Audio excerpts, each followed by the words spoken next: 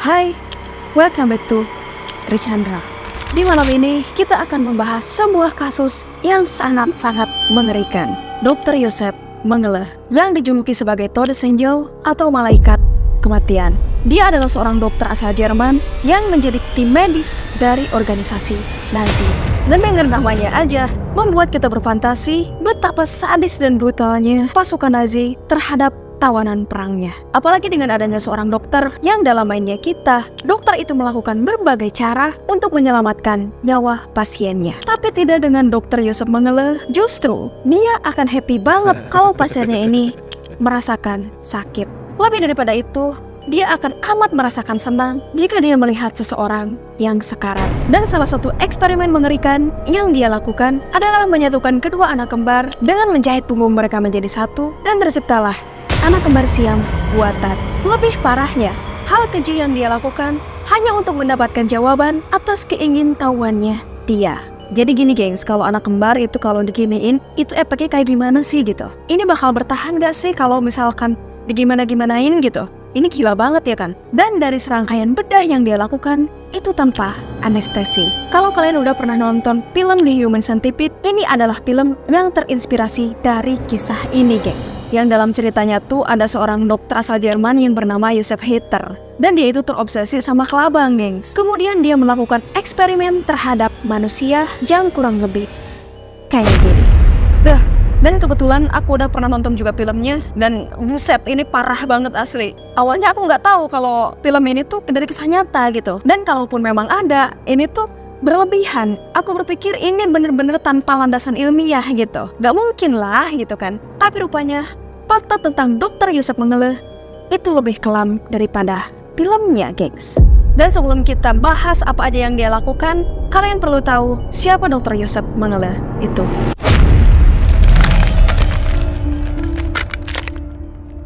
Joseph Mengele lahir pada 16 Maret tahun 1911 di Ginsberg, Bavaria, Jerman. Dia adalah putra tertua dari 3 bersaudara. Ayahnya bernama Karl Mengele yang menjadi pengusaha bahan pertanian tersukses kala itu. Dan memang dari kecil Joseph ini serba kecukupan gitu. Papanya aja kaya raya gitu ya kan. Tapi walaupun si Joseph ini tahu kalau jadi pengusaha itu banyak duit, dia gak mau ikuti jejak bapaknya gengs. Dia punya jalan lain yang bertentangan gitu. Tapi bapaknya juga sadar kalau Joseph itu memang berbeda dari adik-adiknya. Dan kala itu Joseph malah tertarik dengan dunia medis. Hingga di umurnya yang ke-19 tahun, Joseph meneruskan studi kedokterannya di Munich. Nah, selain dia suka banget sama dunia medis, Joseph juga itu punya ketertarikan khusus sama gerakan Nazi, gengs. Emang awalnya tuh cuma tertarik, tapi lama-kelamaan ambisinya dia untuk bergabung menjadi anggota Nazi semakin besar juga. Hingga akhirnya pada tahun 1934, sebelum Joseph menyelesaikan gelar dokternya di bidang antropologi, Joseph resmi masuk dalam pasukan paramiliter Nazi. Jadi selain dia punya gelar dokter, dia juga adalah seorang perwira dari pasukan Nazi.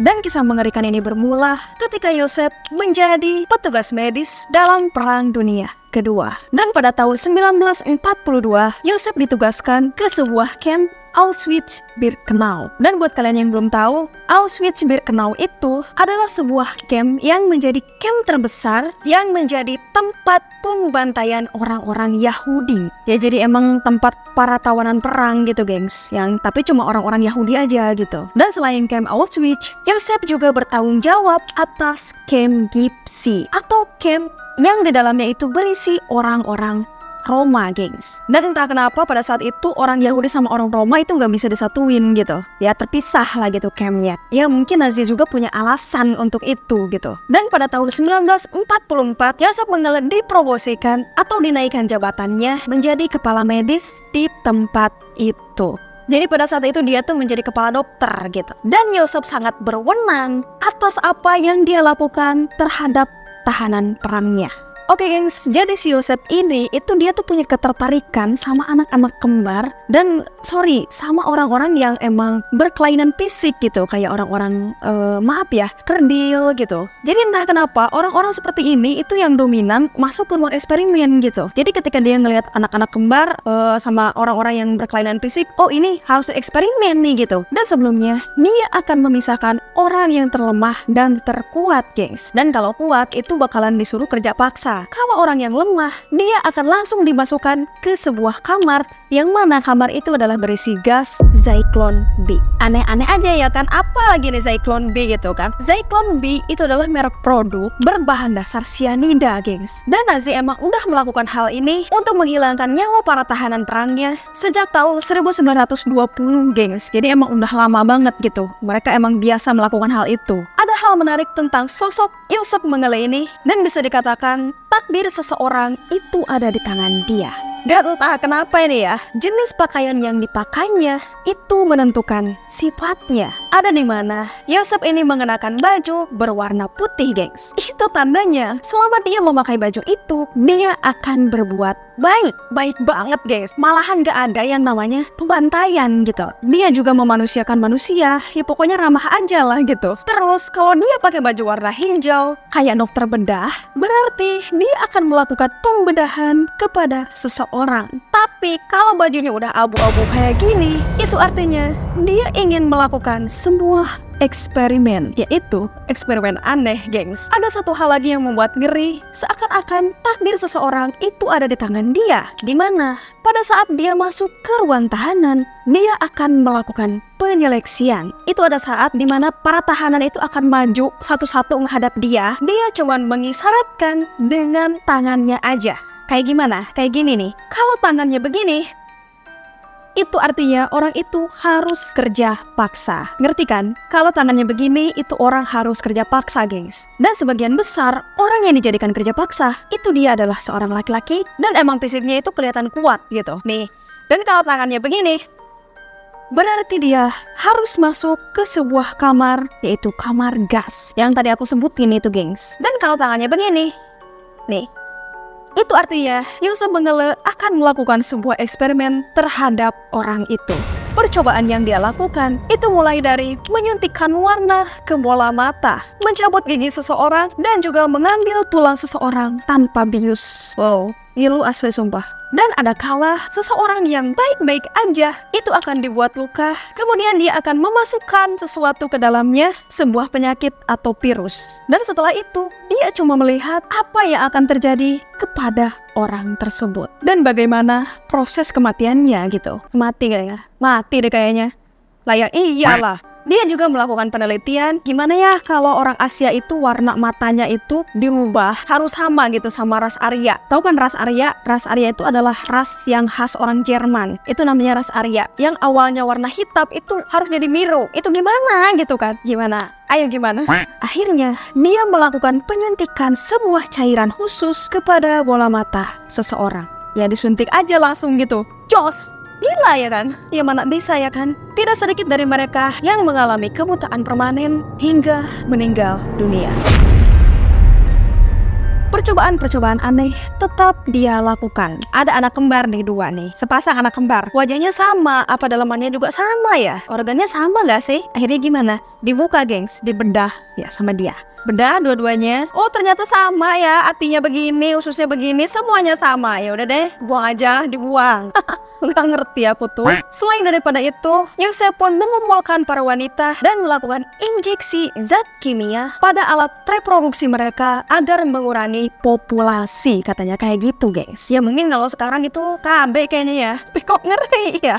Nggak cuma para wanita, kaum pria pun akan dia kumpulkan di alat genitalnya ini. Yosef memberikan paparan radiasi agar tidak lagi berfungsi. Dan efeknya itu nggak cuma itu ya kan. Yang namanya radiasi itu kan nyebar, yang jadinya seluruh organ dalam orang tersebut itu tidak bisa berfungsi lagi hingga akhirnya meregang nyawa.